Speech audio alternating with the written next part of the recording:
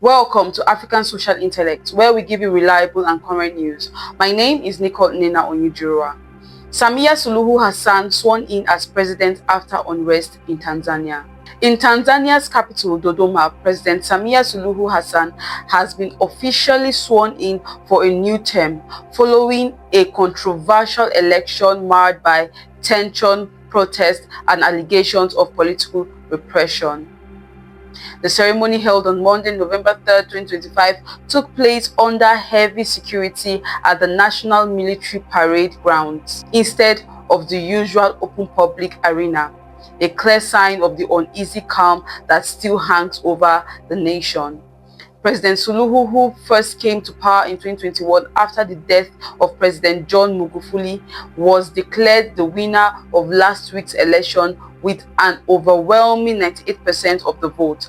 But the landslide victory has been heavily criticized both at home and abroad, as several opposition leaders were barred from contesting, sparking nationwide protests. At least 10 people have been confirmed dead following violent clashes between demonstrators and security forces, with opposition figures claiming the death toll is even higher. Major cities such as Dar es Salaam and Arusha saw days of unrest, followed by an internet blackout and the deployment of the military. In her inaugural speech, President Suluhu acknowledged the loss of life, urging Tanzanians to choose peace over division. Dialogue is what brings development, she said, promising unity and continuity while calling on citizens to protect the country's value of collaboration and national pride. However, critics argue that her appeal for peace rings hollow without accountability for the violence and election irregularities. International observers, including the United Nations, over the credibility of the vote and the crackdown on dissent. President Samia Suluhu Hassan's swearing in marks a historic yet deeply polarizing moment for Tanzania. She remains one of Africa's few female leaders, and her return to power solidifies the dominance of the ruling Chama cha Mapinduzi CCM party, which has ruled Tanzania since independence. But her 98% victory raises serious questions about democratic transparency. Opposition leaders and civil society organizations claim the process was heavily manipulated, with arrest, intimidation, and information blackouts marring the campaign. The post-election unrest exposes deep frustrations among Tanzanians, particularly young voters who feel excluded from the political process. Analysts warn that continued suppression could further erode public trust and damage Tanzania's image as one of East Africa's most stable nations.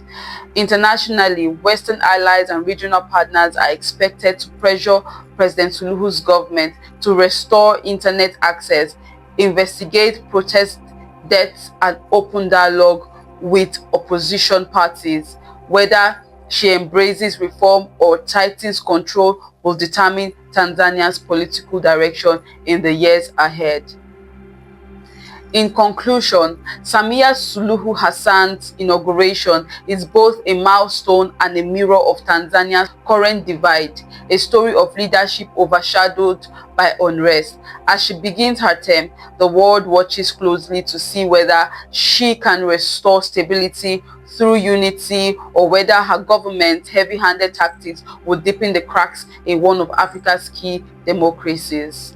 Thank you for watching our news today. Don't forget to follow us on all our social media handles on Facebook and also on YouTube. And like, share, subscribe, and also comment down below your thoughts. Thank you for watching African Social Intellect News.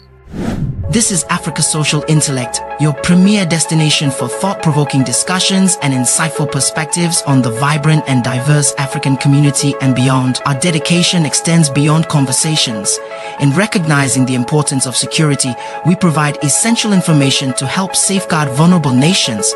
From navigating local challenges to assisting these vulnerable nations against imperialistic threats, we stand as a beacon of awareness and resilience. If you're on YouTube, don't forget to subscribe, comment, and share our news. If you're watching on Facebook or another platform, follow us and share this reliable news source. We hope you enjoy the news, and thank you for watching, and see you next time.